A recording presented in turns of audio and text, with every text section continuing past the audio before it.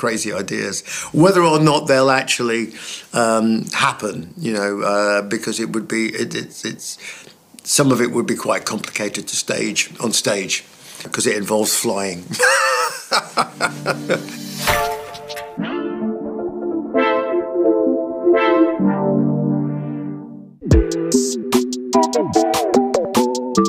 It's always a big thrill, you know, when you get a new Iron Maiden album and it comes out. We're all sort of like sitting there waiting to see how it's received. We thought it was a great album when we made it, but it was 2.5 years ago, nearly 3 years ago now. So we just have to pinch ourselves and go, let's just check. It's one of my favorite albums, and after 17 albums, it's pretty cool.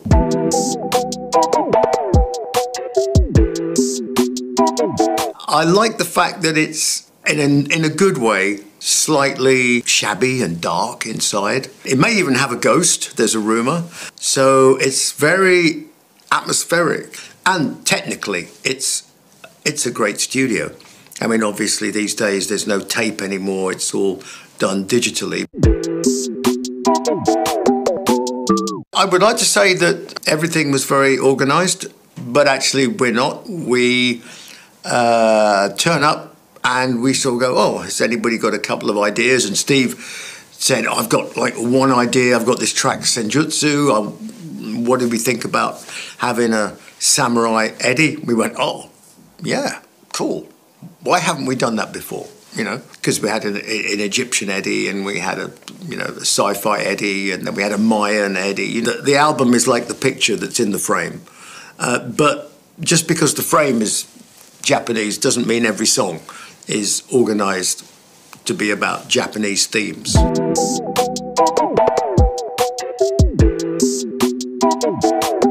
I mean, I've already got a kind of a two-fisted saber fight with the big Eddie on stage for Legacy. It'd be quite fun to investigate doing a lightsaber duel, I think, with Eddie. That would be awesome, you know. I've got some crazy ideas. Whether or not they'll actually happen, you know, because it would be, some of it would be quite complicated to stage, on stage, you know, because it involves flying.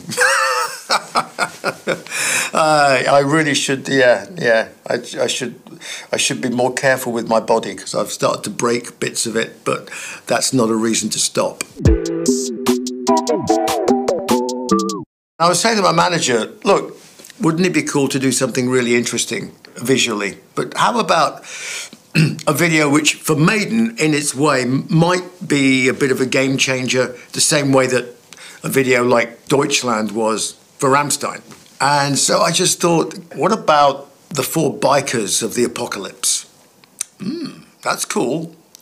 So that's part of it. And then I glued together several biblical stories and things, and then started putting in some characterizations for this kind of dystopian world.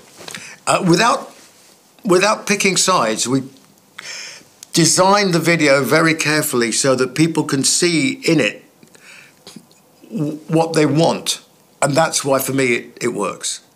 Because everybody has a great theory about the video. And I just shut up now. There's one song I keep going back to that I think is just an incredible performance. It's Johnny Cash doing Hurt, which is, for me, it's just, I just keep going back to that song. It's haunting. It's an unbelievable version of it. I hate to say it's lovely, because it's tragic, you know. Peaky Blinders. Peaky Blinders is like a gangster family set in Birmingham, and it's excellent. Call My Agent, which is in French is Mr. 10% or something, I believe.